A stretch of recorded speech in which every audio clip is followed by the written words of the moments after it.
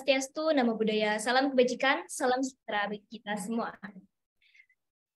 Alhamdulillahirrabbilalamin, puji syukur marilah kita panjatkan kehadirat Tuhan Yang Maha Esa, karena berkat rahmat dan hidayahnya, kita semua dapat berkumpul pada pertemuan kedua Learning Center.ultc 2022 dalam room Zoom ini.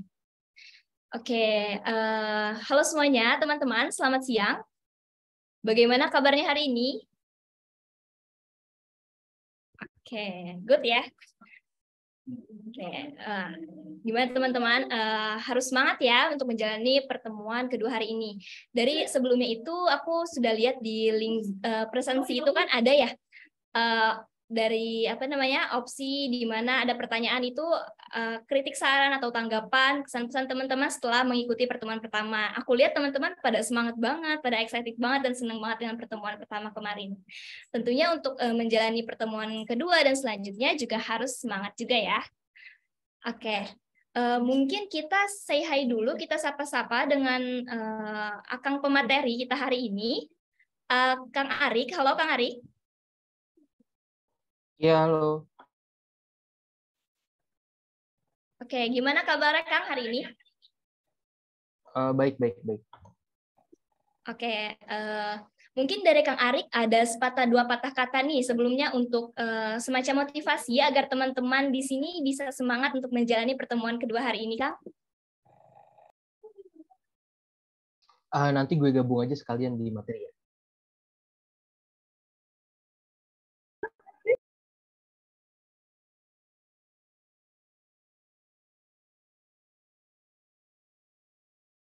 Ya, halo Kang Arik, bagaimana Kang? Apakah ada kata-kata semangat untuk teman-teman hari ini?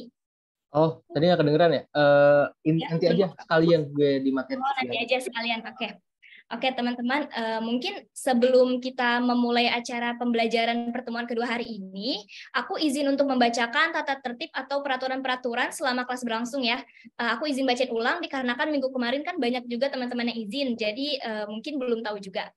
Oke, jadi peraturan selama mengikuti kelas debat ini, yang pertama adalah peserta diharapkan sudah bergabung di ruang Zoom minimal 10 menit sebelum acara kelas berlangsung. Lalu yang kedua, peserta wajib menggunakan nama asli di Zoom, dan juga peserta wajib mengaktifkan kamera. Nah, teman-teman perlu dicatat ini sangat wajib ya, karena memengaruhi salah satu parameter penilaian yang dibuat oleh panitia. Lalu yang keempat, apabila ingin mengajukan pertanyaan,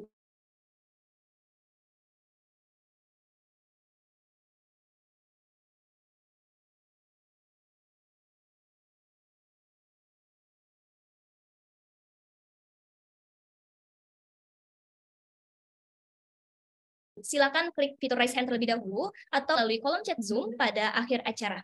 Lalu yang ketujuh, silakan menghubungi kontak person atau narahubung apabila mengalami kendala. Lalu selanjutnya, peserta wajib konfirmasi kehadiran jika berhalangan hadir minimal H-1 sebelum jadwal kelas dimulai. Lalu yang kesembilan, setiap peserta dilarang melakukan serangan secara pribadi terhadap peserta lainnya selama kelas berlangsung. Lalu yang ke-10, setiap peserta dilarang menggunakan bahasa kasar, bahasa yang tidak senonoh dan atau sara. Lalu yang ke-11, setiap peserta dilarang melakukan tindakan yang dapat mengganggu konsentrasi peserta lain selama kelas berlangsung. Lalu yang ke-12 atau yang terakhir, tentunya peserta wajib berbicara menggunakan kalimat yang baik dan juga sopan. Oke, mungkin itu peraturan yang dapat saya sampaikan ya teman-teman, harap dipatuhi demi kenyamanan bersama. Oke, untuk selanjutnya aku pengen spill nih sedikit mengenai apa aja sih yang akan kita pelajari pada pertemuan kedua hari ini.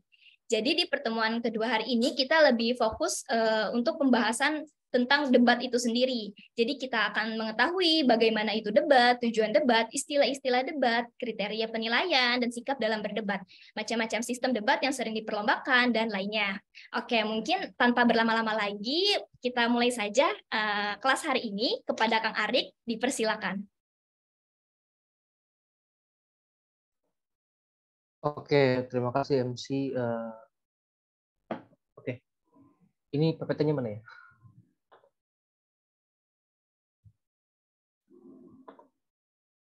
Ini kita mulai jam 1.25 ya, berarti kita selesai juga jam 3.25 kalau gitu.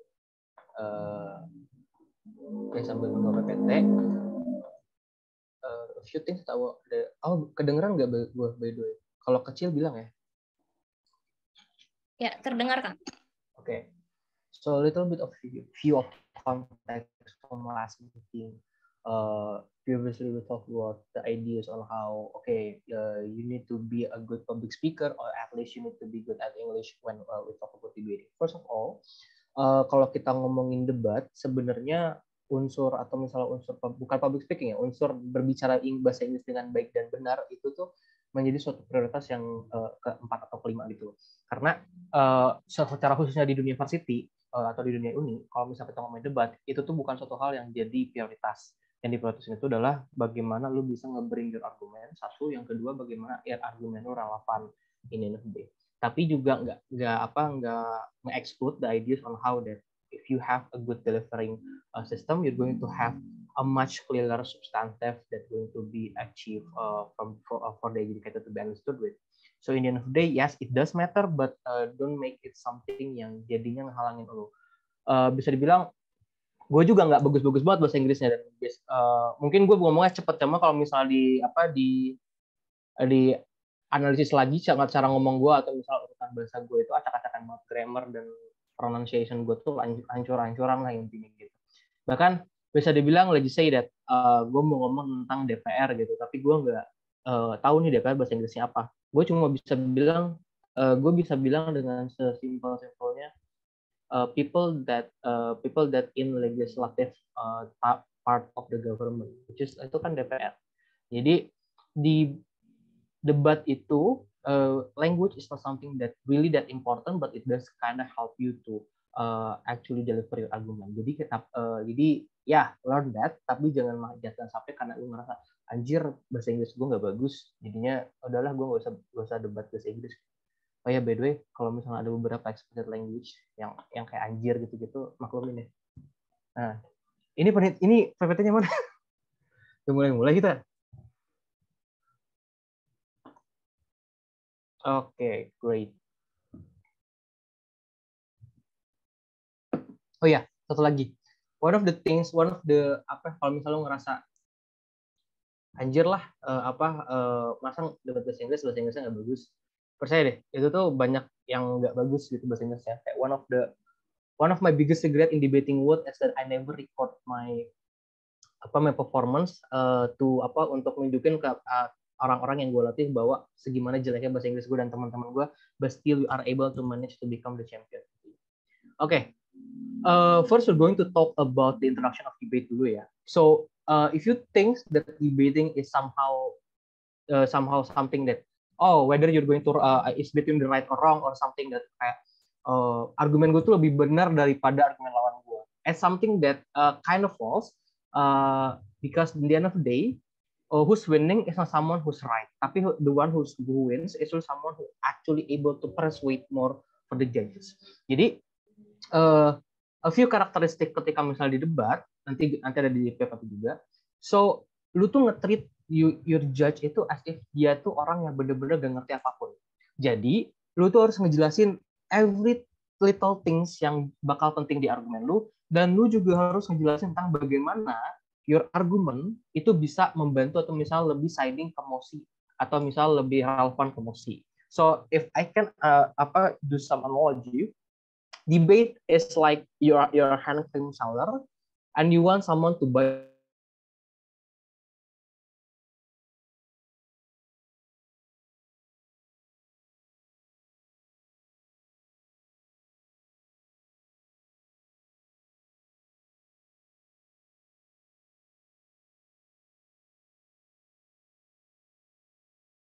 Nah, remember that your goal is to sell your own hand cream, not spreading awareness about why using hand cream is good. Maksudnya apa? Gini, misalnya kalau apalagi kalau bisnis parlementer ya, misalnya ada pihak setuju dan tidak setuju. Nah, lu nggak bilang kalau misalnya, kita setuju karena gini. Nah, terus bukan bilang, kita nggak setuju karena kita gini. Instead of only talking about that, lu bilang kayak gini, kita tuh nggak setuju karena ini. Nah, karena kalau misalnya ini terjadi, ini bakal mempengaruhi hal ini. Nah, maka dari itu tuh bakal ngerugiin misalnya status quo yang ada. Misal seperti itu. Jadi, ini bukan tentang, gue benar, gue salah. Bukan tentang itu. Tapi bagaimana lu nge-convince orang untuk beli produk lu. As simple as that thing.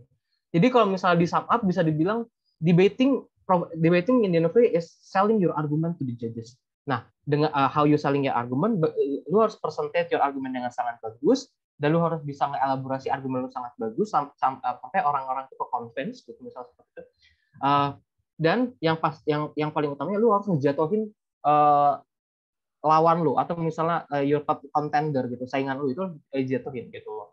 Nah, jadi itu intinya teman-teman. Ini bukan tentang siapa yang benar siapa yang salah. Even ketika lu salah, tapi lu bisa lebih convincing, lu bisa untuk ngelogisasiin kenapa salah lu itu adalah suatu hal yang ini bakal lebih beneficial atau bakal relevan gitu.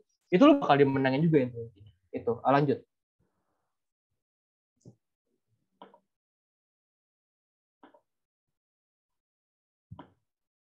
Oke. Nah, di debat itu ada goals, situasi, ada prejudice dan ada actionnya juga. Nah, goals dari kenapa itu ada debat? Goals atau tujuan dari kalian debat itu adalah satu, why your side is more likely to happen according to ways of logic from analysis. Jadi ketika lu present your argument atau misalnya ketika lu nanti berargumen atau lagi mikiran argumen lu, one of the things yang lu harus lu tanam di diri lu adalah gimana caranya argumen lu itu bakal lebih logis untuk terjadi atau logis untuk lebih relevan, tapi dengan berdasarkan logik dari argumen lu itu jumpy itu apa ya? Misalnya kayak gini. Nah, nanti ada di sini, Deng. Ya udah. Nah, itu ya kayak situ ya, situasi. Nah, kayak gue bilang tadi, jadi debate itu bukan tentang benar atau salah aja, tapi in the end of the day, gimana caranya orang bisa ngepersuasif argumen mereka untuk jadi suatu hal yang paling benar-benar relevan. Nah, prejudice yang tadi gue bilang, educator itu lo harus anggap mereka sebagai orang-orang yang nggak tahu topik yang bakal bicarain lu, mereka nggak tahu apa yang mesti itu mau bicarain. Jadi lu itu harus ngejelasin semua hal yang penting, yang bisa ngebantu argumen lu dan ngebantu juri lebih ngerti maksudnya apa.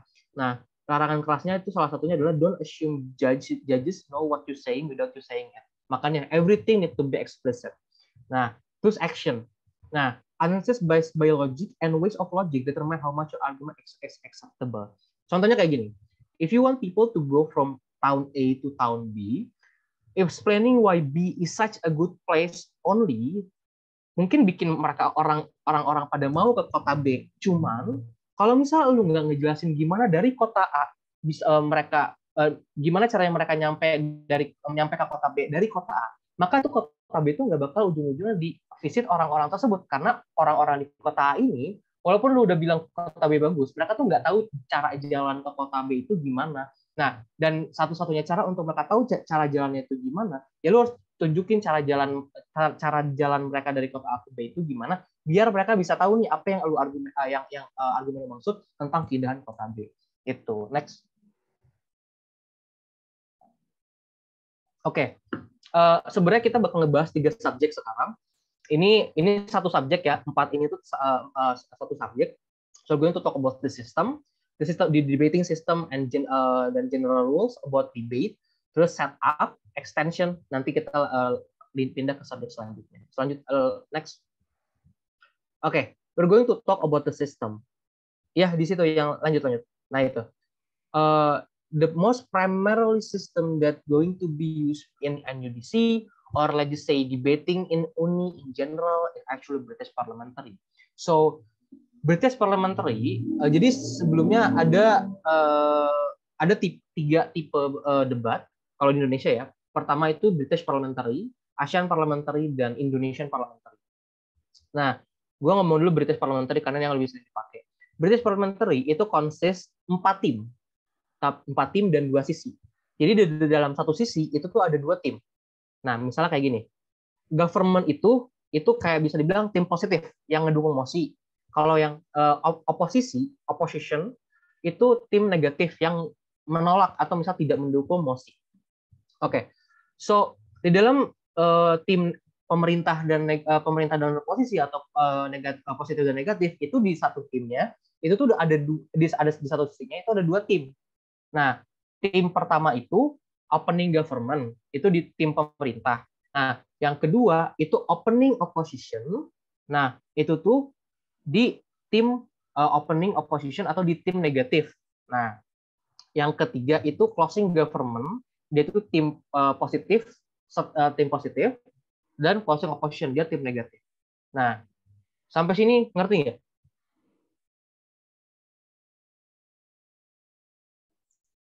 Oke, karena nggak ada yang nanya, gue langsung ngerti ya. Nah itu intinya. Back dulu.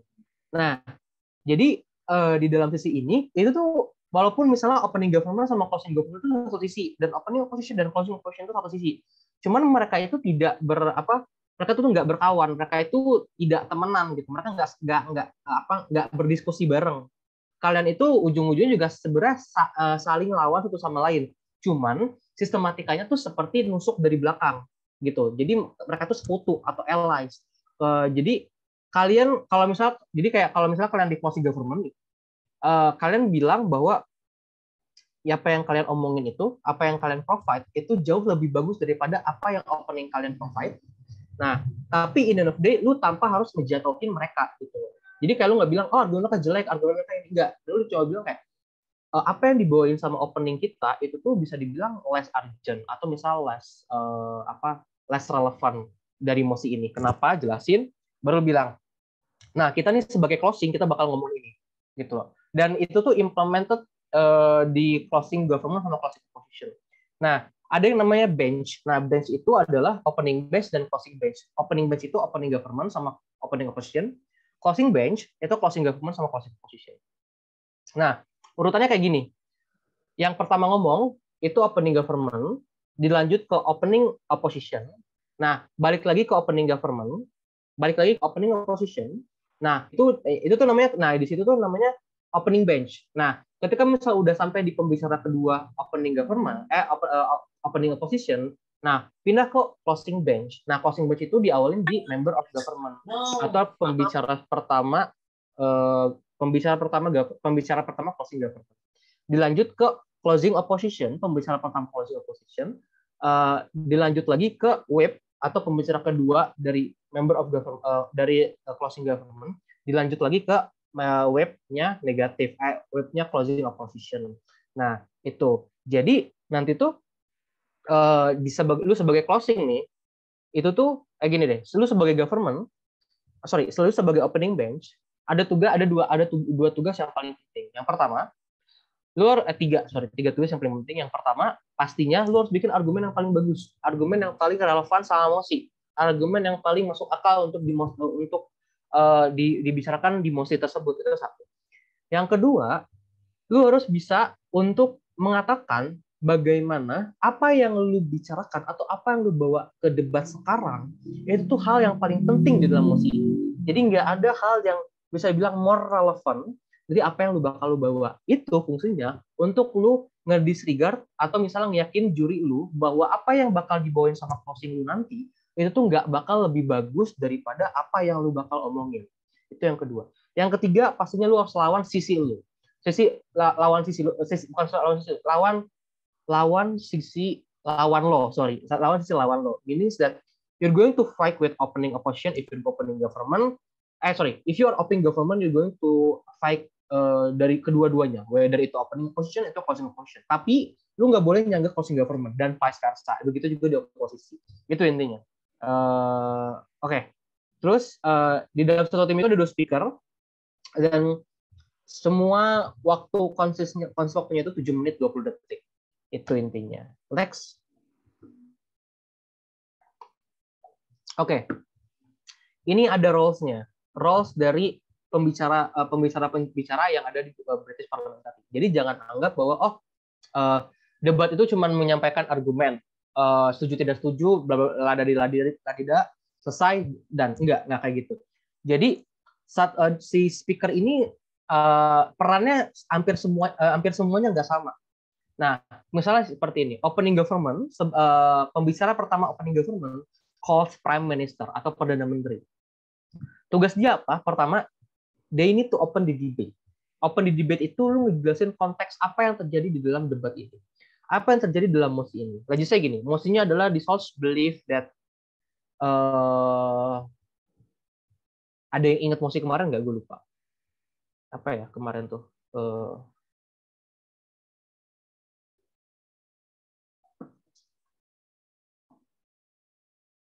Gue lupa. Pokoknya let's say this house believe that this house believe that menghapus upah minimum. Oh ya, this house believe that the Indonesia government should delete the minimum wage, misalnya kayak gitu in economic crisis. Itu ya misalnya motionnya. Nah, opening di debate dan framing, opening di debate lu ngomongin kayak gini. Lu ngomongin pertama, kondisi Indonesia itu sekarang kayak gimana sih? Sampai harus ada wacana untuk memotong UMR gitu. Kedua, kenapa sih harus dipotong? Kenapa sih emang pengaruhnya sama UMR itu apa? Pemotongannya gitu. Misalnya gini, yang pertama lu bilang, oh sekarang Indonesia resesi, bisa bilang gara-gara perang, misalnya gara-gara perang, every price nggak bisa kekontrol, jadinya ada suatu kecanggungan ekonomi misalnya seperti itu ya. Nah, yang kedua, kecanggungan ekonomi ini tuh harus bisa dibantu, kecanggungan ekonomi itu bisa bilang menekan, bukan menekan kata kerja ya, misalnya menekan banyak perusahaan karena jatuhnya hal untuk produksi value mereka itu terlalu gede, jadi mereka tuh banyak minggat gitu, banyak yang modalnya nggak kuat misalnya kayak gitu. Nah, salah satu modalnya itu yang harus mereka provide itu adalah si minimum wage-nya ini gitu loh. Nah, itu udah dua konteks tuh, dua hal yang sekarang tuh terjadi itu kayak gimana. Yang ketiga lu bilang, maka dari itu si minimum wage ini harus dihapusin dulu untuk sekarang biar untuk pengusaha-pengusaha ini tuh bisa untuk striving untuk tetap adain usahanya. Dan keempat selalu bilang, nah karena kenapa itu minimum wage di Indonesia tuh nggak define equality misalnya karena kayak di satu daerah di pulau yang sama itu aja beda-beda dan itu kayak more diskriminatif misalnya seperti itu. Nah, itu namanya open debate. Nah, framing itu seperti ini. Lu ngejelasin kira-kira kenapa kayak sebenarnya open debate sama framing itu sama sih. Cuman kalau misalnya framing itu lebih subjektif. Maksud subjektif itu di sini adalah lu tuh harus ngejelasin tentang bagaimana generally secara umum ya, apa yang bakal lu bahas atau misalnya kenapa setuju dengan mosi ini tuh itu suatu hal yang benar. Itu definisi. Nah, definisi itu kayak gini. Definisi nanti gue jelasin di PPT kedua. Setup juga, argumen juga. Nah, ada preemptive rebuttal. Nah, preemptive rebuttal itu adalah suatu sanggahan, tapi yang sifatnya preemptif. Maksudnya preemptif itu kayak gini. Lawan lu belum ngomong argumen mereka, tapi lu udah bisa nyanggah argumen mereka. Caranya gimana? Caranya adalah satu. Lu juga dalam case building lu, itu tuh lu harus yang namanya melakukan tebak-tebakan, atau misalnya lu juga mikirin kira-kira kalau lu jadi lawan lu bakal ngomong apa. Nah, dengan argumen itu lu nyanggah argumen-argumen yang sebenarnya yang lu yang buat, tapi karena itu jadi di sisi lain, itu seakan-akan argumen yang bakal keluar di opening opposition gitu. Link back itu simpel kesimpulan. Nah, terus ini habis ini lanjut ke leader of oposisi. Bisa di next dulu nggak?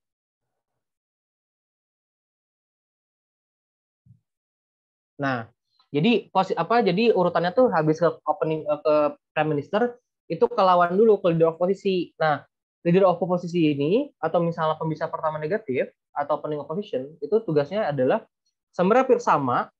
Nah, yang beda itu kan ada respond to PM framing, terus ada komparatif ya. Nah, respond to PM framing itu adalah seperti ini. Si PM itu kan tadi gue bilang tadi dia udah ngidentiin konteks-konteks, fakta-fakta gitu. Nah, di situ tuh bisa ngerespon dari fakta-fakta tersebut dan kenapa fakta-fakta tersebut tuh bukanlah suatu hal yang logical atau misalnya relevan untuk melakukan tindakan yang bakal dilakukan sama pemerintah seperti itu satu. Nah, terus komparatif itu intinya seperti ini. Tadi kan lu udah tahu nih si pembicara pertama itu ngomongin apa. Nah, lu juga tahu dong, lu tuh tadi ngomongin apa. Nah, sama lu dibandingin lah tuh dua argumen tersebut dan gimana caranya harus bilang bahwa argumen lu tuh lebih relevan. Itu. Nah, di back. Oke. Yang ketiga, yang selanjutnya itu adalah deputy of prime minister atau pembicara kedua dari pemerintah. Nah, deputy of pembicara kedua pemerintah ataupun oposisi sebenarnya sama tugasnya sama. Cuma beda sisinya aja. Pertama klarifikasi. Klarifikasi itu sesimpel tadi kan prime minister lu ini tuh udah ngomong argumen lu ya, udah ngomong argumen dia, terus pembicara satu lawan lu, itu tuh mereka datang dan ngehancurin argumen dari teman lu ini.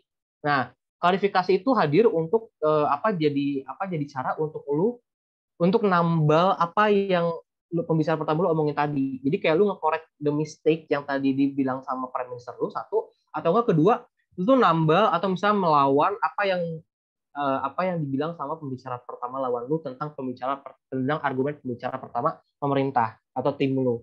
Itu intinya. Nah, rebuttal itu sanggahan. Sanggahan itu intinya ya udah sanggahan. Kalian juga bisa tahu. Nah, sisanya segini sama. Lanjut ke closing. Lanjut lagi. Deputy leader of opposisi sama ya, sama persis sama deputy leader of government. Deputy prime minister, sorry. Nah, ini closing government. Nah, ketika pembicara kedua negatif atau opening opposition itu selesai, itu lu pindah ke member of government atau pembicara pertama closing government. Nah, di sini itu ada general description of what the opening batch talks about. Nah, maksudnya apa? Jadi lu tuh ngejelasin nih rangkuman dari apa sih yang opening batch atau misalnya tadi tuh yang closing opening government sama opening opposition itu ngomongin apa. Nah, jadi saya dengan argumen dengan argumen yang tadi misalnya bisa dibilang say opening batch itu ngomongin tentang bagaimana ini tuh untuk keep in touch with perusahaan biar makin biar bisa thriving gitu. Misalnya seperti itu ya. Nah, itu satu. Nah, misalnya lu sebagai member of government, lu tuh beda, nggak bakal ngomongin kayak gitu. Nah, aduh, gue ketinggalan. Nah, lu kan udah ngomong nih, oh ini nih mereka tuh secara umum tuh ngomongin tentang bagaimana hapusin minimum wage itu buat keberlangsungan perusahaan. Nah, lu terus bilang bahwa argumen atau misalnya apa yang mereka bicarakan tadi itu nggak urgent banget, satu. Kedua, ini lu harus bilang kalau misalnya apa yang mereka omongin itu salah. Atau misalnya itu bukan suatu hal yang relevan tuh diomongin. Misalnya lu bilang kayak gini, the ideas on how the companies is actually something that big enough to actually only innovate to put a minimum wage. Minimum wage is something that actually need to be known as in the opening batch because the companies that exist in Indonesia is not the companies that as weak as that to not able to pay at least the minimum wage. Misalnya kayak gitu. Nah, terus lu sebagai member of government, lu harus bawa suatu proposal yang baru. Nah, maksudnya itu seperti ini. We're going to talk about on how that minimum wage need to be erased by the idea on how that the existence of discrimination, for example, the discrimination that exists towards each other minimum wage in each region is actually something that imbalance, misalnya imbalance, just because in the end of the day they have more industry in one town misalnya seperti itu.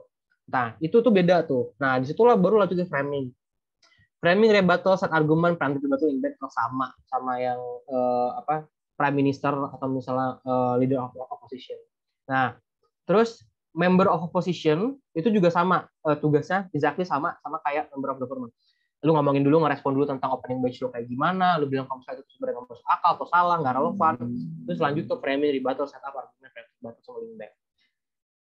Rebuttal kalau misalnya member of opposition. Nah, whip itu tuh pembicara terakhir dari closing opposition atau closing government.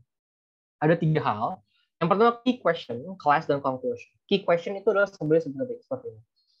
Sebenarnya apa sih yang harus diomongin di debat ini tuh apa sih yang urgent? Gitu loh. Nah, itu harus ngejelasin itu satu. Nah, sesimpel kalau misalnya mau nemuin caranya gimana, itu intinya adalah framing dari apa yang dikasih, framing apa yang di member of government lu atau member of opposition lu punya. Nah, tapi bisa dibilang whip ini adalah whip ini adalah posisi yang harus benar-benar banyak mikir dan banyak berfilsafat. Jadi kayak instead of only providing answer, you need to provide question. Nah, itu. Terus yang kedua itu clash. Clash itu sama komparatif. Cuma kalau komparatif itu cuma satu. Kalau clash itu ngejelasin semua apa aja topik-topik yang tadi itu didebatin. Misalnya kayak tadi itu mereka ngedebatin tentang kelangsungan perusahaan. Terus misalnya kedua mereka ngomongin tentang diskriminasi di UMR tersebut. Yang ketiga misalnya lo ngomongin tentang, for example, kesejahteraan kerjanya misalnya seperti itu. Nah, lu jabarin nih, mereka tuh tadi ngomongin apa aja sesuai dengan topik yang lu jabarin. Dan gimana cara lu bilang bahwa semua clash itu terjawab di tim lu atau misalnya di tim closing government atau closing opposition. Sedangkan sisi lain tuh nggak ngejawab. Nah, konklusinya adalah sebenarnya sesimpel lu omongin lagi lah tadi argumen your member of government itu apa. Tapi intinya aja ya, jangan tiba-tiba semua diomongin semuanya. Itu next. Next.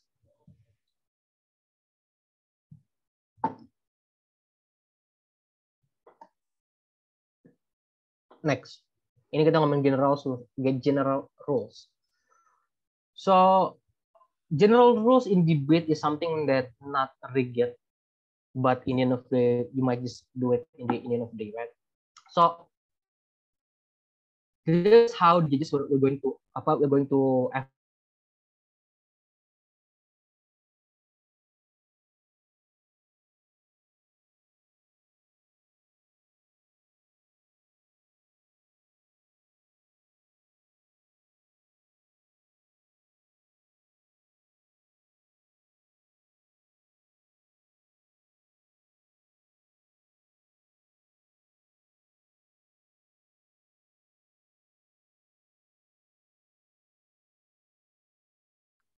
maka dari tema lu itu lu harus bisa untuk ngambil judul, ya kan? Judul dari tema tersebut dan bagaimana tema judul itu bisa dibilang paling relevan untuk lu ambil. Misal satu itu. Nah, terus kan lu tuh ada latar belakang nih, ya kan? Kenapa sih lu ngambil judul ini dan apa sih yang terjadi di itu di dunia nyata? Kalau di bahasa hukum tuh ada dason dan dasein. Jadi apa yang harusnya terjadi dan apa yang sebenarnya terjadi, misal seperti itu. Nah, itu tuh namanya latar belakang. Nah, latar belakang itu bisa dibilang setup. Nah, misalnya lu ngomongin tentang bagaimana misalnya kayak judul lu itu tentang bagaimana manusia itu harus pindah ke Mars. Misal kayak gitu ya. Kayak kita harus ngekolonialisasi Mars. Nah, di latar belakang lu itu harus ada yang namanya status quo. Nah, status quo itu apa? Status quo itu adalah penjabaran kondisi yang terjadi sekarang. Apa sih yang memotivasi lu untuk mempunyai pikiran bahwa lu tuh harus pindah ke Mars? Contohnya di sini, Earth is dying because what human does. Jadi status quo itu adalah penjabaran sekarang itu bumi itu sekarat, dan sekarat itu gara-gara manusia, dan sekarat itu berakibat misalnya let's say the Earth is not something that are comfortably being living home for human being gitu, misalnya gitu. Nah, terus di sini itu ada stand. Jadi stand itu adalah bisa dibilang tujuan dari paper lu. Nah, jadi proposal lu tujuannya apa? Nah, di situ tujuannya stand itu adalah survival of human race. Jadi argumen itu bukan fokus tentang bagaimana kita pindah ke Mars itu ya buat human race-nya gitu, buat survival of human race-nya, bukan untuk menyelamatkan buminya gitu. Jadi di situ udah itu tuh, jadi kayak di situ lu nggak bakal ngebahas tentang bagaimana ya udah kita harus menyelamatin bumi gitu loh. Nah itu jadi kayak ya emang gue tuh paling penting di situ adalah survival of human race. Nah lu jelasin dulu nih kenapa sih stand survival of human race itu hal yang penting gitu loh. Misal seperti itu. Nah jadi apa ya, jadi in the end of the day yang lu aim itu adalah gimana caranya manusia itu tetap selamat gitu walaupun nggak di bumi lagi gitu. Mungkin nanti lawan lu bakal bilang mendingan manusia itu tetap di bumi karena environment-nya sudah pasti clear, maka bisa kita hidupin. Satu, yang kedua karena jatuhnya kita yang rusak, karena kita yang memperbaikin gitu, seperti itu. Ada suatu etiket dan lain-lain.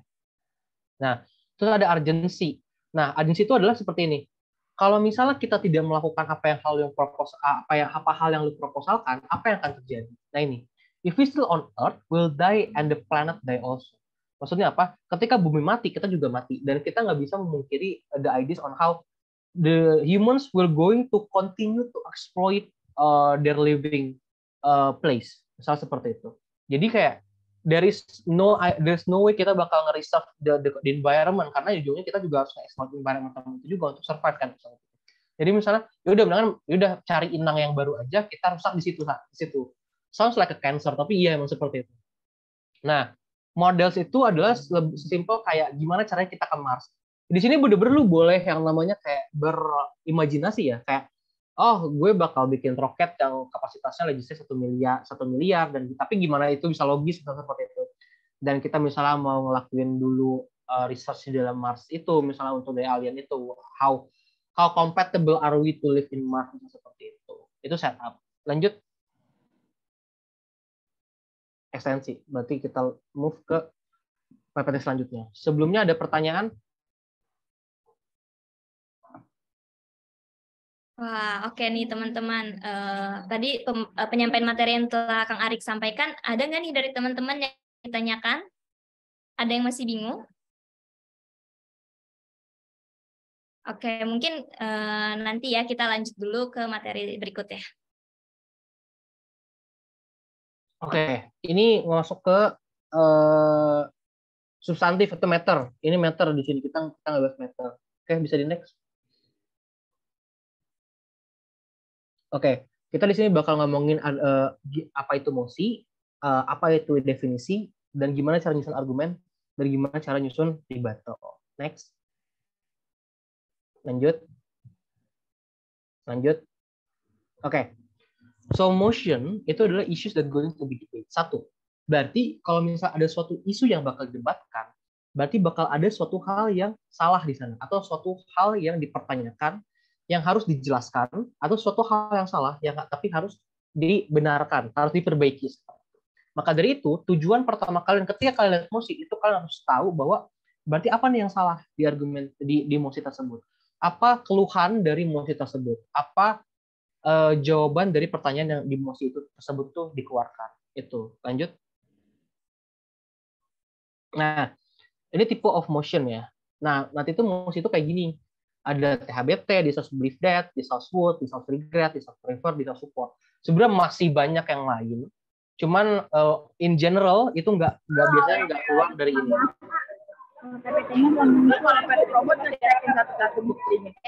Mohon maaf ya Fiska, boleh tolong di-mute? Ya, baik. Oke. Bentar ya. Oke. Ini contoh-contohnya ya. Pertama distrust belief that. So distrust belief that motion that we're going get start with distrust belief that is a motion that bertujuan tentang you're only going to debate an idea, principle, and what question. Nanti contohnya ada. Nah, distrust would you're going to do. Oh, PPT-nya nggak muncul tuh katanya.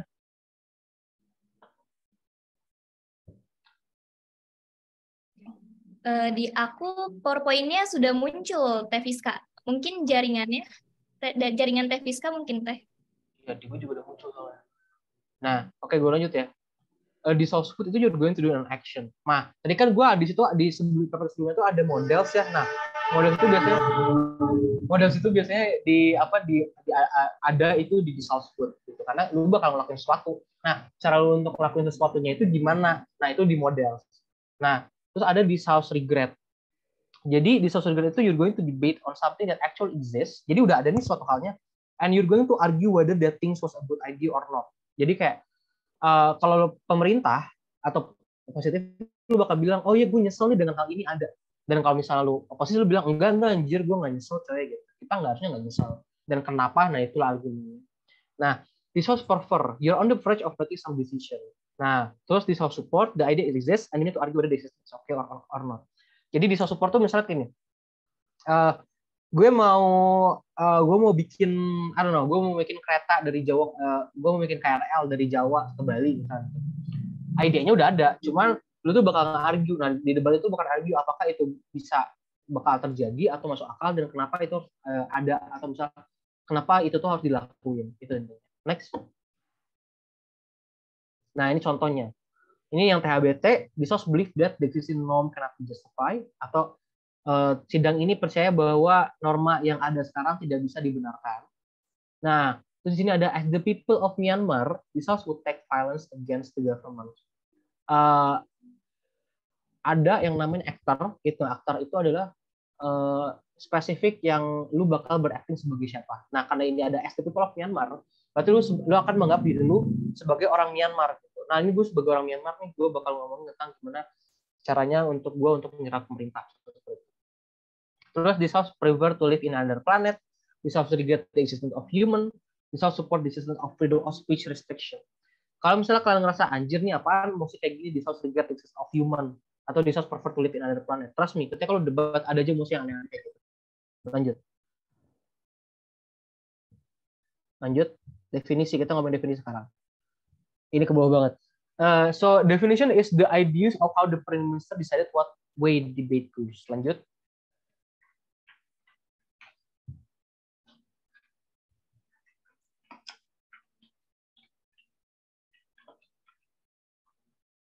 Ya.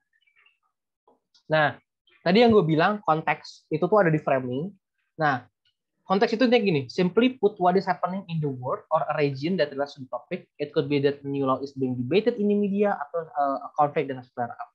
Nah, jadi ya kayak gue bilang tadi, apa sih yang terjadi di regional atau misalnya di status atau misalnya kondisi apa yang mau lu debatin sekarang kalau konteks itu. Yang kedua itu adalah spirit of the motion. What sort of debate was invention when this version was chosen? Is something, ini sebenarnya suatu hal yang advance sih untuk spirit of the motion ini. Bisa dibilang gue pun belajar spirit of the motion itu kayak 1,5 tahun ketika gue debat baru gue ngerti spirit of the motion itu apa. Jadi kayak intinya adalah gimana caranya lu tuh bisa nyari intisari dari apa yang emosi ini tuh sebenarnya mau lu debatin. Ada ribet sih sebenarnya, cuman ya itu intinya. It needs a lot of practice kalau spirit of the motion. Lanjut. Nah, ini contohnya. The motion is this house would ban monetary punishment. Monetary punishment itu pidana denda. Nah, konteks itu kayak gini. Monetary punishment is a type of punishment that requires the defendant to pay a certain amount of money in order to offset retribution for the crime that they make. Lu tuh jelasin monetary punishment itu maksudnya apa. Yang kedua, monetary punishment creates a lot of abuses of power for people who have money to retribute their mistake. Nah, ini urgency atau urgency sekaligus status quo dari adanya monetary punishment. Nah, adanya monetary punishment itu cause and abuse. Jadi itu urgensinya. Nah, jadi maksudnya adalah yang poin 2 yang ketiga itu jadi suatu urgensi. Kenapa monetary punishment itu harus dihilangin? Nah, spirit of the motion itu kayak gini. Pertama, is monetary punishment is still portrayed as of justice? Or second, is monetary punishment is already ineffective? And third, was better than monetary punishment? Itu. Jadi lu ngeluarin pertanyaan tentang bagaimana apa yang bisa menggantikan atau bisa mempertanyakan the existence of monetary punishment. Lanjut. Oke. Kayaknya ini nggak usah deh. Lanjut aja. Oke, lanjut. Oke. Jadi kayak kita ngomongin argumen sekarang. Argumen itu ada 2 tipe. Ada yang namanya ada yang tiga tipe. Ada soft line, ada hard lines, yang terakhir adalah ada mediocre lines gitu, yang in the middle ones gitu. Soft line itu bisa dibilang yang enggak ekstrim banget. Misalnya kayak gini. This house would legalize euthanasia. Euthanasia itu adalah the act of melegalkan bunuh diri. Soft line itu lu bilang kayak gini. Iya kita mau ngelegal euthanasia, tapi dengan syarat cuman boleh buat orang-orang yang benar-benar sakit, yang benar-benar deket sama kematian, dan benar-benar nggak ada harapan untuk bisa hidup gitu. Atau misalnya kalaupun mereka hidup, mereka tuh kualitas hidup mereka tuh bakal benar-benar jelek. Terus mekanismenya adalah si pasien ini nih yang mau ngelakuin euthanasia terhadap dirinya, itu tuh harus meminta persetujuan dari beberapa dokter, beberapa psikologis gitu loh. Dan itu tuh bakal melakukan cuman pasif euthanasia atau kayak cuman pakai makanan atau pakai obat. Jadi dia langsung matinya pelan-pelan, bukan pelan-pelan, matinya nggak sakit lah gitu. Gua nggak tahu intinya gitu. Hard lines on the other hand itu kayak terobos saya lah gitu. Nah, maksudnya kayak gini. Available to anyone diagnosed with a terminal or debilitating or degenerative illness, whether physical or mental. Maksudnya kayak gini, lu siapapun itu boleh ngelakuin itu dengan syarat lu sakit atau misalnya lu mempunyai penyakit yang bisa dibilang susah disembuhin, atau lu punya whether penyakit itu penyakit mental atau penyakit fisik gitu loh. Nah, terus lu tuh cuman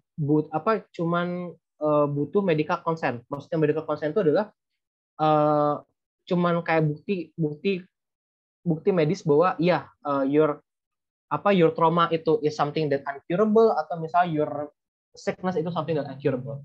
Nah, di situ dilakuin itu dibantu sama dokter atau self administrated. Self administrated itu literally kayak ya udah lu mau trigger warning. Let's say that you're going to kill yourself with hanging yourself, ya udah, gitu, terserah gitu. Itu nggak masalah. Asal lu kasih tahu dulu gitu kalau lu mau bunuh diri. Gitu. Fuck up sih, cuma itu intinya. Nah, kalau in between atau misalnya mediocre lines, itu tuh sesimpel kayak gini. Oh iya, misalnya ini tuh boleh buat orang yang terminally ill dan juga mereka juga punya mentally ill yang uncurable. Cuman mereka tuh butuh persetujuan dari multiple dokter sama psikologis dan mereka cuma boleh untuk ngelakuin euthanasia itu based by food atau medicine. Misalnya kayak gitu. Itu jadi kayak peleburan dari dua lines ini. Gitu. Nah, resikonya adalah gini. Dari each line ini ya. Hard lines itu ketika lu bisa ngebuktiin bahwa argumen lu itu benar-benar relevan dan apa paling logis dan benar-benar bisa nggak bisa dilawan sama lawan gitu, poin menang lu tuh jauh lebih gede. Satu. Kalau soft lines, ya kemungkinan lu menang itu ya gede karena jatuhnya lu ekstrim untuk bikin argumen. Cuman in the end of the day, apa ya, bakal bisa dibilang bikin debatnya less interesting, tapi in the end of the day, apa ya, kurang bisa di-engage gitu sama lawan. Itu intinya. Kalau yang tengah-tengah ya balance. Lanjut. Nah, ini anatomi argumen. Pertama itu ada ideas. Nah, ideas itu simple kayak rumusan masalah. Nah, ideas itu refers to the concept of proposition that you seek to prove. It might be a principle such as the government has an obligation to provide free education, or it might be just something that would be helpful to your side of the debate, such as the death penalty is an effective deterrent for criminals. Either way, something on its own might be true or might be not. It needs analysis to prove your point. Nah, analisis itu sesimpel kayak how do you make them believe it? You start with some analysis on why it is likely to be true, why is it logical and reasonable to believe that it's true, involving saying out loud in your head why and because not. Nah, jadi ketika lu bikin argumen tuh lu juga sering harus mempertanyakan diri lu sendiri, mempertanyakan argumen yang lu bikin sendiri gitu, untuk nge-provide more elaboration on your own argument. Nah, evidence ya gitu deh. Statistik atau the percentage atau yang lain itu sebenarnya bukan suatu hal yang penting ya kalau di debating. Cuma kalau lu mau lakuin ya nggak masalah. Tapi itu bukan suatu hal yang harus jadi prioritas. Itu. Lanjut. Nah, ini contohnya ya. Motionnya adalah that we should stop protecting our local film industry. Ideasnya adalah that local media can successfully compete against the import. Jadi kita tuh nggak harus kayak nggak subsidi atau ngedukung atau ngelindungi produk film lokal atau ya produk film lokal karena misalnya kita tuh takut mereka tuh nggak bisa untuk menyaingi film foreign gitu. Misalnya seperti itu. Idenya adalah kita bilang, oh enggak kok sekarang lokal media itu sekarang udah bisa melawan import di negara kita at least. Nah, analisisnya tuh kayak gini. The fear of unrestricted foreign media, particularly American, stems from the belief that bigger budget production are inherently more attractive to the viewer. Although it's true that people do enjoy special effects and effects films and TV, there's plenty of reason to believe that even without government protection, local media can even and prosper. Nah, di sini kan ada nih, why? Because beyond the superficial desire to see things blow up, what really attracts viewers is media that is relevant to their interest and culture. For instance, one of the most popular film of Indonesia is Dilan, a romantic drama consistently outrages the news and every other competitor that will rival films have ran against it. Nah, Indian Free kan bisa dibilang nggak lalu nge-compare, oh pas si Dilan ini keluar, filmnya banyak juga kok film-film luar. Cuman ternyata Dilan tuh bisa jadi box office atau top box office pas waktu itu. Ngalahin semua foreign films yang ada gitu. Berarti ya itu adalah satu proof bahwa our local media is actually have a big market in our own country kayak gitu. Next.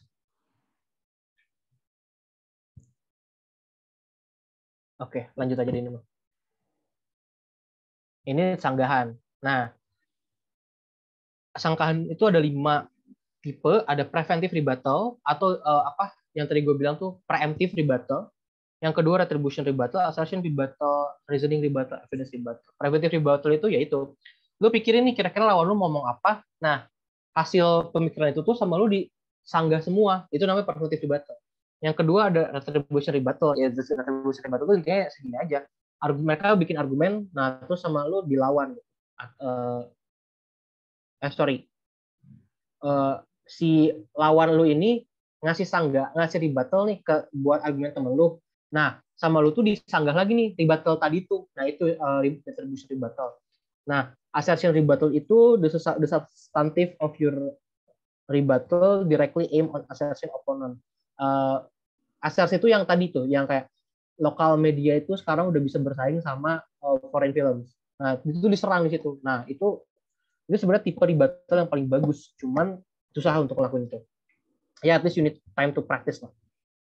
Terus reasoning rebuttal, ya rebuttal biasa gitu, sanggahan biasa, dan evidence rebuttal, atau ya lu ngelawan bukti lawan lu sama bukti yang lu punya. Nggak rekomendasi sih, karena nggak bagus-bagus. Itu, lanjut. Oke.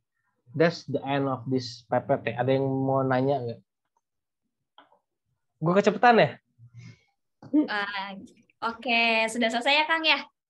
Udah. Penyampaian materinya. Oke, dari teman-teman di sini, apakah masih ada yang bingung gitu, atau ada yang ingin ditanyakan, atau mungkin tadi teman-teman sempat terlewat gitu, mungkin karena ada kendala jaringan dan lainnya. Itu boleh banget teman-teman tanyain, aktifin saja fitur raise hand-nya, atau klik di juga boleh.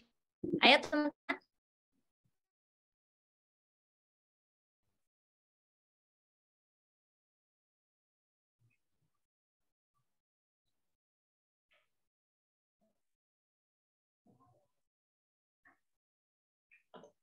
Wah, ada nih Kang, dari yang raise hand-nya ada dari atas nama Hani Itanova. Wah, oke, Hani, dipersilakan untuk menyampaikan pertanyaannya. Izin bertanya Kang, yang tentang materi awal tadi. Memastikan aja sih, soalnya tadi kan kalau nggak salah ngebahas tentang British parliamentary ya. Terus itu dijelasin juga ada 3 tipe debat kan, yang British, ASEAN, sama Indonesia. Nah, untuk yang biasanya itu kita pakai yang tipe yang mana? Terus untuk yang itu kan katanya dibagi jadi 4 lagi ya, consist of 2 house with 4 side. Itu ada opening government, opposition, closing government, sama opposition. Nah, itu jadinya opening government itu ini 2 kali gitu ya, jadi 4 kali gitu, gimana sih maksudnya? Jadi maksudnya opening government itu jadi 2 orang, terus yang closing government-nya juga 2 orang, dan itu selang-seling. Dan apakah yang opening government-nya itu tim juga sama closing government nggak? Itu aja sih. Makasih, maaf belibet. Oke, ya. Intinya kan sistem parlemen ya. Jadi gini, sistem parlemen tuh kayak gini. Lu tuh di satu sisi yang sama nih. Misalnya kayak gini, gue setim sama lu, terus Sofia sama Adila, gue sama lu tuh opening government. Sofia sama Adila itu tuh dia closing government. Nah, gue tuh setimnya sama lu. Nah, Sofia itu setimnya sama Adila. Jadi, gue tuh gue tuh nanti diskusinya sama lu. Nah, Sofia diskusinya sama Adila. Kenapa? Karena walaupun kita sisinya sama, itu sebenarnya lawan. Musuh dalam selimut lah gitu. Kita itu nanti tuh tugas dari Sofia sama Adila itu adalah nge-backstep atau misalnya nusuk tim kita dari belakang. Ngejelasin tentang bagaimana, argumen itu sebenarnya nggak relevan, argumen itu nggak bagus. Itu satu.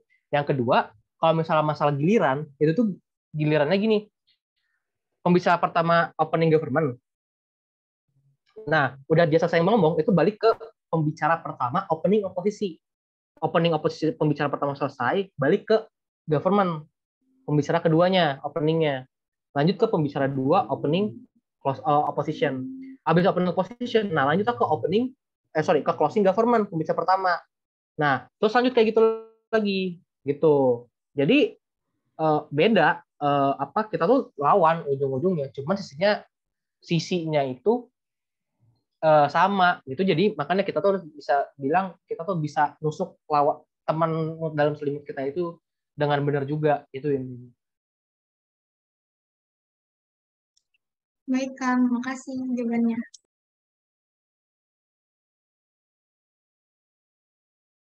Oke, baik. Untuk Hani sudah terjawab ya. Terima kasih Hani sudah ini ya udah mau bertanya. Lalu untuk teman-teman yang lainnya, apakah ada lagi yang ingin bertanya?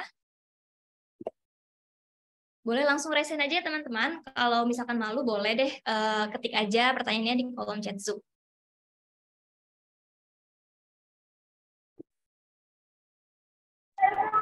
Izin masuk Kak, izin bertanya. Nama saya Tika Amelia dari S1 Akuntansi. Saya ingin bertanya, kan tadi ada di British itu tadi ada bagian opening, ada closing. Nah, di opening government itu ada bagian apa yang awal, terus framing, argumen. Nah itu tadi saya kurang nangkep bedanya apa gitu.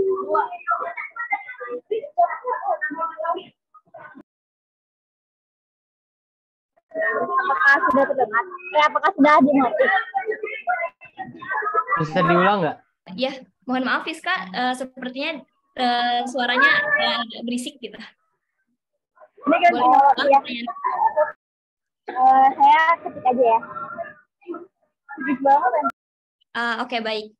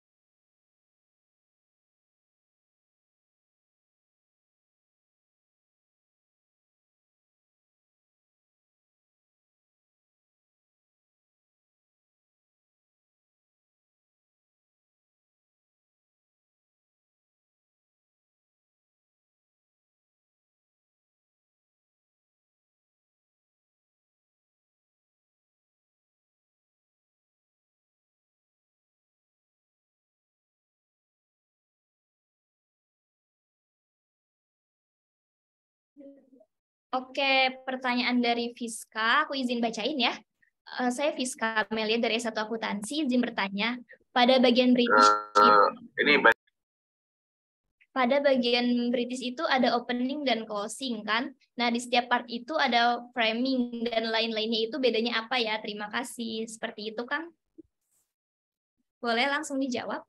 Beda yang mana maksudnya? Bertanya balik, itu udah opening, closing, nah setiap part itu udah framing dan lain-lainnya. Itu bedanya apa ya? Nggak ada bedanya sebenarnya. Kalau misalnya itu kan ada urutan masing-masing ya. Kayak setiap speaker itu dia punya roles yang bisa dibilang hampir semua sama. Cuman ada beberapa part yang itu tuh exclusively cuma ada di speaker itu aja. Nah, kalau misalnya ngomongin framing itu bedanya apa? Itu tuh ada di bagian argumen lu, pembedanya.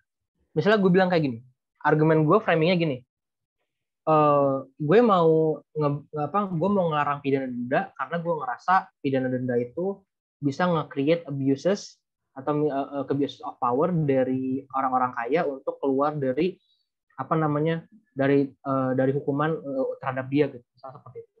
Nah, itu framing gue. Nah, tapi misalnya framing closing government gue nih, dia bilang kayak gini, sebenarnya pidana denda itu harusnya bukan di ban atau dilarang karena lu takut sama abuse of power, bukan, tapi lu terus ngelarang itu karena misalnya ada pidana denda itu malah nge-create salah satu alternatif untuk orang tidak melakukan pidana badan. Jadi maksudnya gimana? Ada beberapa kejahatan yang harusnya itu dipidana badan.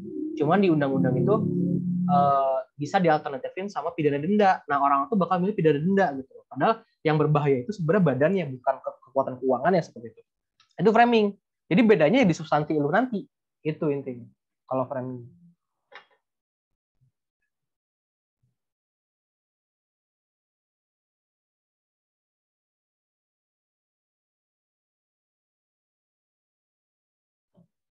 Gimana kejawab? Oke, baik. Terima kasih sebelumnya Kang Arik. Kepada Teh Fiska Amelia, apakah sudah terjawab pertanyaannya?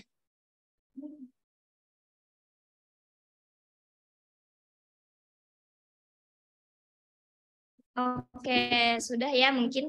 Oke, terima kasih Teh Fiska sudah bertanya. Selanjutnya tadi aku lihat ada yang raise hand itu dari Teh Kori ya, tapi sudah di lower hand. Teh Kori jadi ingin bertanya, Teh?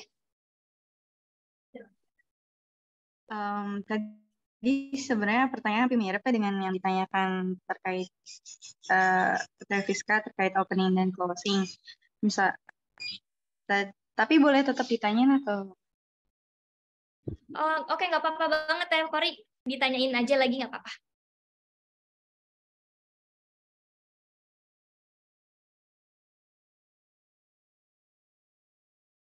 Oke, sebelumnya selamat siang. Terima kasih Bang Haris atas pemaparan materinya tadi.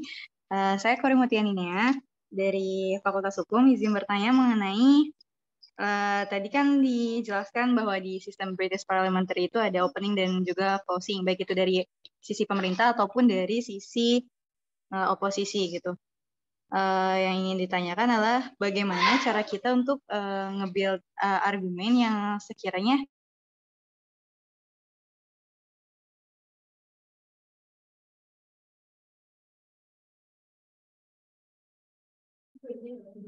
halo Teh Kori, di aku suaranya terputus. Apakah sama juga? Ulang lu, putus-putus Kor. Iya, boleh tolong diulang ya Teh Kori. Putus-putus ya? Iya. Sekarang sudah jelas. Oke, diketik aja paling ya Teh. Saya jaringannya jelek banget di sini. Oke, boleh, silakan.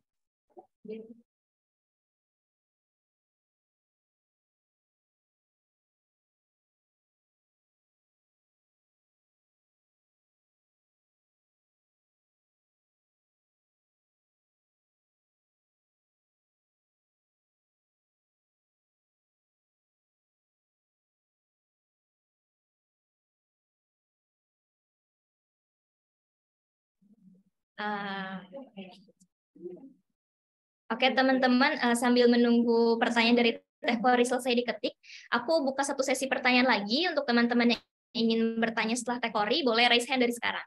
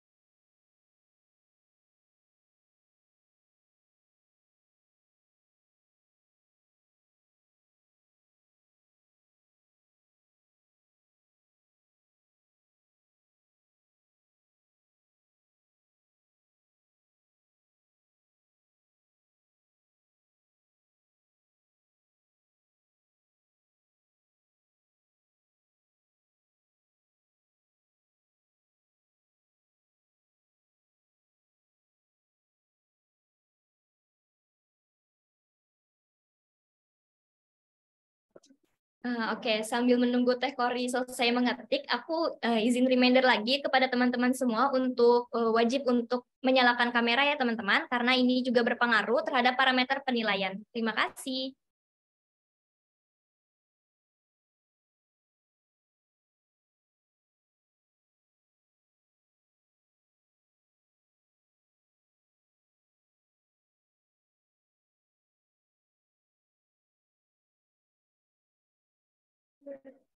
Oke, pertanyaan dari Teh Kori sudah selesai diketik. Aku izin bacain ya. Pertanyaannya itu, misalnya saya mendapat posisi sebagai CG dan ternyata argumen yang ingin disampaikan sudah dibawakan oleh pihak opening government-nya. Bagaimana cara untuk membuild argumen baru ataupun membawakan ideas baru dari argumen kita agar terlihat berbeda? Seperti itu, Kang. Oke, intinya gampang. Kalau lo jadi closing, mikirnya gini. Misalnya motion keluar nih, motion keluar. Contoh motionnya apa ya? Misalnya motionnya lu nggak boleh bawa HP ke sekolah, misalnya kayak gitu. Nah, lu mikir, jangan deh itu motionnya ini bawah banget. Apa ya?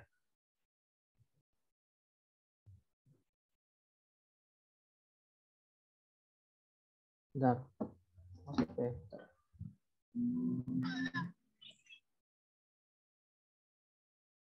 Misalnya maksudnya kayak gini, the source believe that meme investing does more harm than good.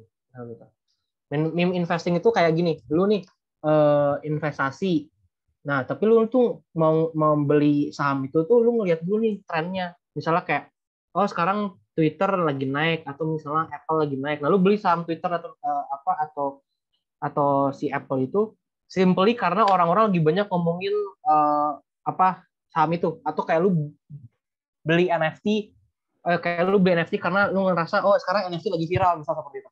Nah, lu bilang kayak, nah lu tuh misalnya di government, lu closing government, lu tuh mikir dulu nih, kira-kira apa yang bakal diomongin di awal sebagai lu prinsip pertama yang lu bakal omongin tuh apa? Misalnya, oh karena kalau misalnya meme investing yang karena itu jatuhnya lu ngeliatin yang viral, saham yang viral gitu, jadinya itu tuh malah jelek karena lu tuh bakal beli saham yang lebih mahal, misalnya kayak gitu. Itu tuh pemikiran pertama lu tuh itu tuh satu. Nah, itu tuh bisa dibilang ini gue bukan anak neurologi atau gimana ya. Cuman biasanya jalur pemikiran yang pertama itu pasti dipikirin sama semua orang. Nah, jadi tuh kemungkinan besar ya 60 atau 40% pembicara opening lu tuh bakal ngomongin itu. Nah, jadi kan lu udah tahu nih, oh yang pertama ini, nah yang kedua apalagi kira-kira ya? Kenapa lu nggak boleh meme investing? Nah, yang kedua ini, yang ideas kedua ini, nah itu yang jadiin argumen menurut gue. Karena hal itu bisa dibilang bakal jadi hal yang kedua, karena itu jadinya option yang kedua gitu. Nah, disitulah lu bisa dibilang mikirin bagaimana ya walaupun ini kedua itu, tapi itu lebih relevan. Dan lu bilang karena udah mikir yang pertama ini, lu jelasin nih tentang bagaimana yang pertama ini sebenarnya nggak bener-bener atau nggak relevan banget itu untuk permulaan ya, untuk kayak ini. Cuma kalau misalnya lu itu udah advance, biasanya ketika lu ngelihat mosi itu biasanya pikiran tuh harus bercabang. Nah cabang itu bisa dibilang harus 4 sampai 5 cabang gitu. Alasannya karena 1, 2, 3 bisa dibilang kayak gini, kalau rumusan masalah lu itu kalau lagi lihat mosi itu tuh jangan cuma 2 doang gitu, atau jangan cuma 1 doang. Rumusan masalah itu harus sampai 5 atau 6 gitu. Nah, lu sortir lah itu yang mana yang paling bagus. Tapi walaupun lu udah pilih sortir paling bagus, nggak nutup kemungkinan bagaimana sisanya ini bakal lu bawa juga. Karena kembali, lu nggak tahu apa yang mereka bakal bawa gimana. Itu satu. Yang kedua, lagi saya kayak, oh ternyata semua argumen lu udah keambil nih gitu. Lu itu udah keambil. Apa ya? Lu tuh bisa fully nyanggah lawan lu, dan lu tuh provide extension. Nah, extension itu kayak lu bisa bilang satu line sama yang sama argumen opening lu. Cuman lu itu lebih substansialnya lebih penuh. Biasanya di situ tuh bakal jadi instead of idenya beda, ini dia sama nih. Cuman ada beberapa sub ideas yang nggak dijelasin di lawan di opening lu. Di situ lalu jelasin, dan kenapa sub ideas itu suatu hal yang penting untuk dijelasin juga. Itu juga sebenarnya bisa sih gitu. Oke, gimana nih Tekori Mutia? Apakah pertanyaannya sudah terjawab? Oke, udah terjawab deh. Oke, baik. Terima kasih Tekori sudah bertanya. Aku buka satu lagi pertanyaan untuk teman-teman peserta yang masih ingin bertanya atau masih ada yang bingung. Boleh banget teman-teman langsung saja raise hand.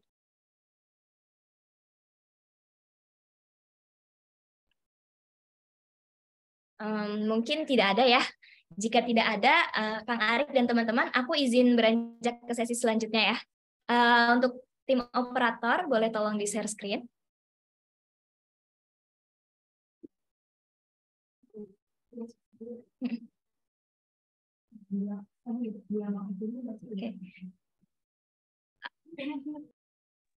Oke, sebelum kita ke sesi selanjutnya, sebelumnya aku mau ucapin terima kasih banyak dulu ke Kang Ardik sudah menjawab pertanyaan-pertanyaan dari teman-teman semua. Dan terima kasih juga teman-teman semua untuk antusiasnya dalam bertanya. Oke, selanjutnya seperti yang sudah di-share screen-nya sudah tertera, yaitu ada video assignment atau tugas video. Wah, gimana nih teman-teman? Sudah ada tugas aja nih. Oke. Tapi jangan khawatir, tenang dulu. Aku bakal jelasin mengenai detail dari tugas video ini. Boleh tolong di next? Ya, harap disimak ya teman-teman. Jadi untuk ketentuan tugasnya ini itu ada beberapa poin. Nah, aku izin untuk membacakannya.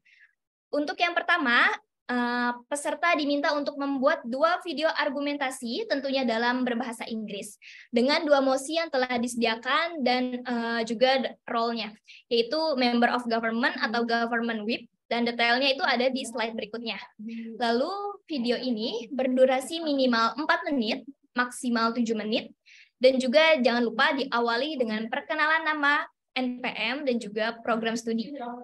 Nah, video ini akan dikumpulkan atau diupload ke dalam Google Drive yang disediakan oleh panitia.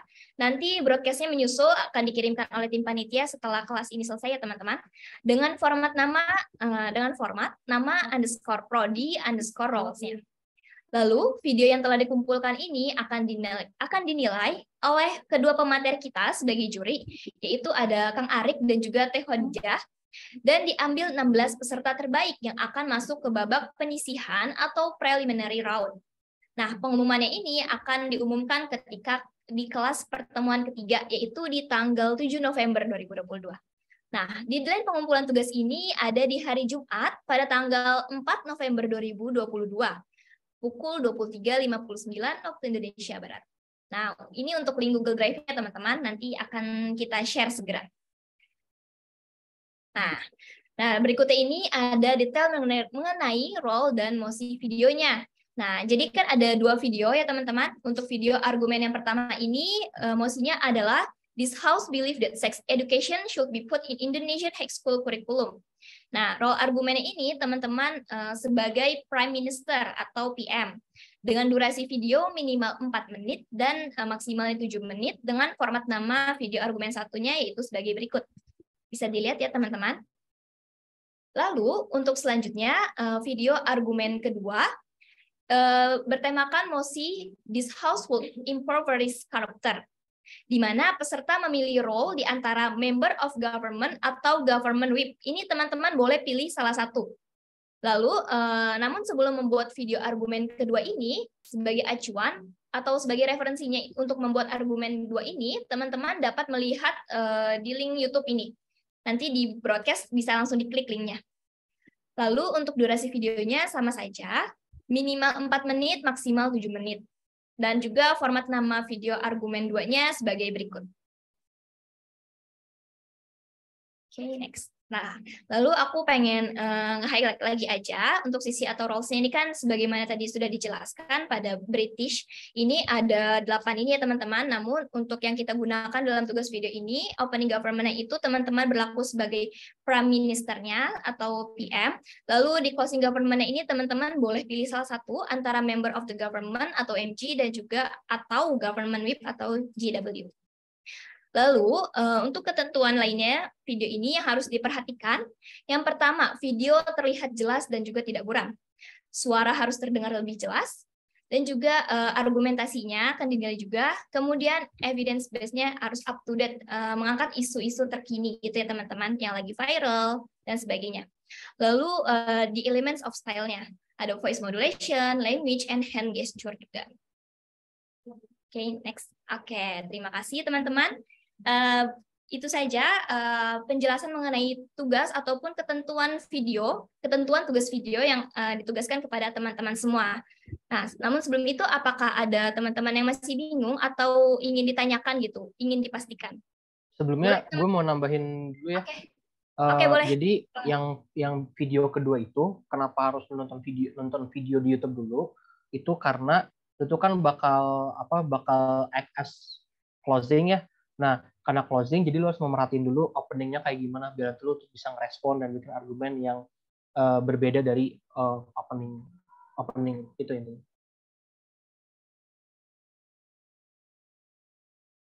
Oke, baik. Terima kasih Kang Arik atas tambahannya.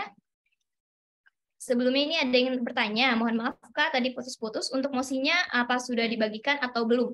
Untuk mosinya tadi sudah dijelaskan masing-masing argumen 1 maupun 2. Nanti untuk PPT-nya akan kita share kembali agar teman-teman bisa melihat lagi.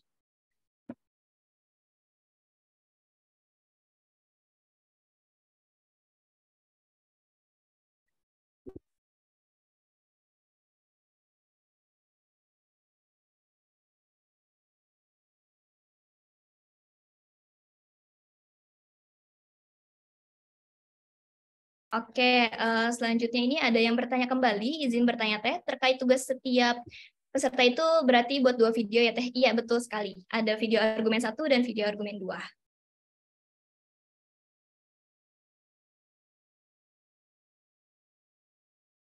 Yuk, bagaimana teman-teman? Apakah masih ada yang ingin ditanyakan? Baik, terima kasih Teh. Baik, terima kasih kembali Teh Rona.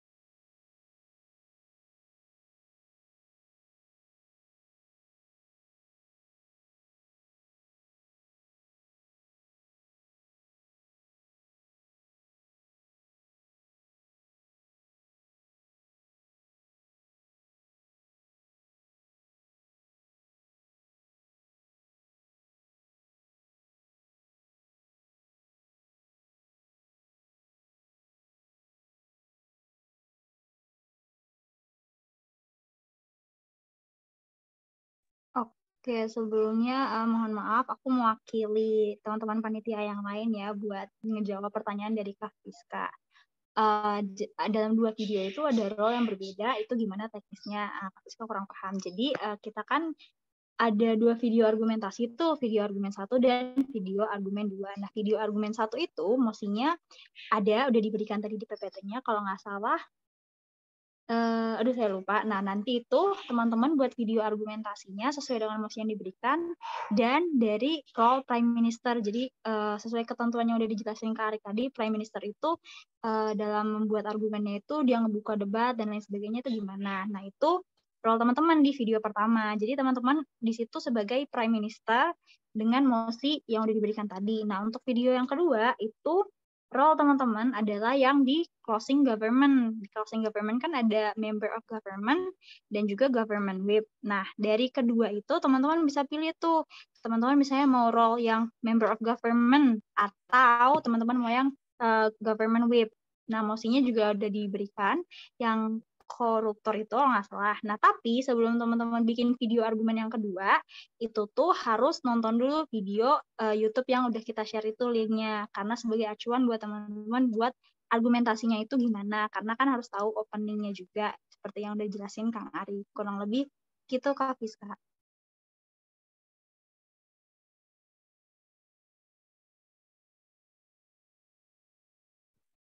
Oke, bagaimana Kak Fiska dan Kak Dela ya pertanyaannya mirip. Apakah sudah dimengerti?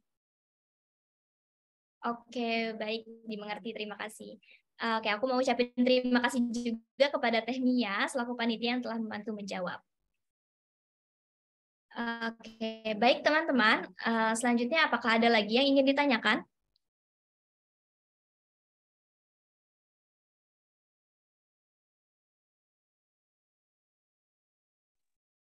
Oke, mungkin mungkin tidak ada ya. Jika tidak ada, dari Kang Arik, Kang, apakah ada tambahan mengenai tugas ini ataupun tips agar mudah gitu untuk menjalani tugas ini? Ya berdoa aja lah, terus lakuin. Paling ini aja, nanti panitia kan di Gibret itu kan ada di Gibret Adsense ya, yang gue kasih. Nah itu kirimin aja ke grup peserta, biar mereka pakai acuan yang situ. Bacanya yang PM sama itu aja, sama MG sama atau enggak web, biar gampang. Itu aja. Oke, baik Kang. Nanti kita akan share juga segera untuk materi hari ini. Oke, teman-teman. Sepertinya sudah tidak ada lagi yang ingin bertanya ya. Dan untuk rangkaian sesi belajar kita di pertemuan kedua ini sudah berakhir, sudah kita lewati semuanya.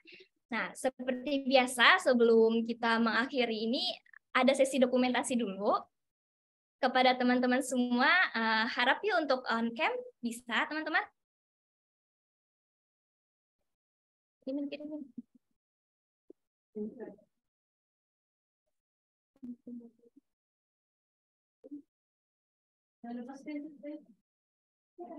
Oke nih, masih banyak nih yang belum on cam. Ada Teh Rona, Teh Jelita, dan lainnya. Boleh tolong on cam, Teh?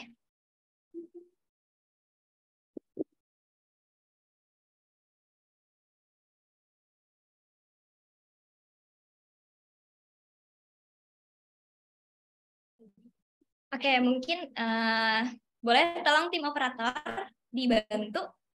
Oke, aku pimpin ya teman-teman. 1, 2. Sudah? Oke, lalu untuk slide kedua. 1, 2. Oke, terima kasih tim operator. Oh iya teman-teman, namun sebelum berakhir ini, aku mau ingetin dulu nih, tadi hampir lupa, mohon maaf. Untuk teman-teman, di kolom chat Zoom ini sudah dikirimkan oleh Teh Nadia, itu link presensinya itu wajib diisi ya teman-teman. Sebelum klik linknya itu, kita di screenshot dulu, karena nanti wajib melampirkan buktinya. Aku beri waktu mungkin 5 menit cukup ya teman-teman.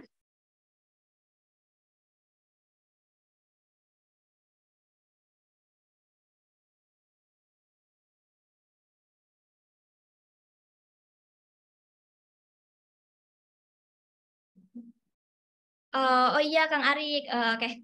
Sebelumnya aku gitu dari MC dan juga mewakili panitia lainnya mau mengucapkan terima kasih banyak kepada Kang Arik, Erviana Putra yang sudah mengisi materi di pertemuan kedua ini. Materinya sangat-sangat luar biasa dan pastinya bermanfaat untuk teman-teman semua. Boleh teman-teman kita beri applause dulu untuk Kang Arik.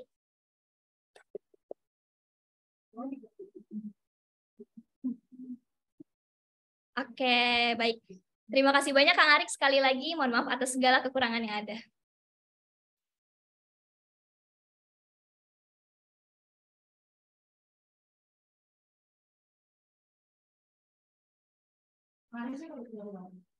Oke, bagaimana teman-teman? Apakah sudah link presensinya sudah diisi? Oke, sudah ya mungkin. Oke, oleh karena itu, karena kita juga sudah berakhir ya, sesi-sesinya sudah kita jalani, dan penyampaian materi tadi juga sangat luar biasa, teman-teman juga tadi sangat antusias, yang bertanya tuh banyak banget, aku sangat senang, aku mau ngucapin terima kasih banyak juga kepada teman-teman semua yang sudah hadir dalam pertemuan kedua hari ini. Semoga materi yang disampaikan oleh Kang Arik ini dapat bermanfaat, dan juga oh ya aku mau reminder, untuk tugas ini harap teman-teman kerjakan secara maksimal ya teman-teman. Karena apa? Karena ini kan bakal dinilai dan nilai ini tuh bakal memengaruhi langkah teman-teman ke depannya. Wah, apa itu? Oke, teman-teman pokoknya kerjain secara maksimal ya. Nanti jangan lupa dikumpulin sebelum deadline. Oke? Oke, karena itu aku Sabila Almanda Putri selaku MC atau pemandu acara Learning Center CLCC 2022 di pertemuan kedua hari ini mengucapkan terima kasih banyak kepada teman-teman dan mohon maaf atas segala kekurangan ataupun kendala yang ada. Aku akhiri, sekian terima kasih. Wassalamualaikum warahmatullahi wabarakatuh. Sampai jumpa di pertemuan berikutnya teman-teman. Dadah. Waalaikumsalam, makasih Kang Teh. Waalaikumsalam, Ya, makasih Teh. Semangat tuh tesnya teman-teman.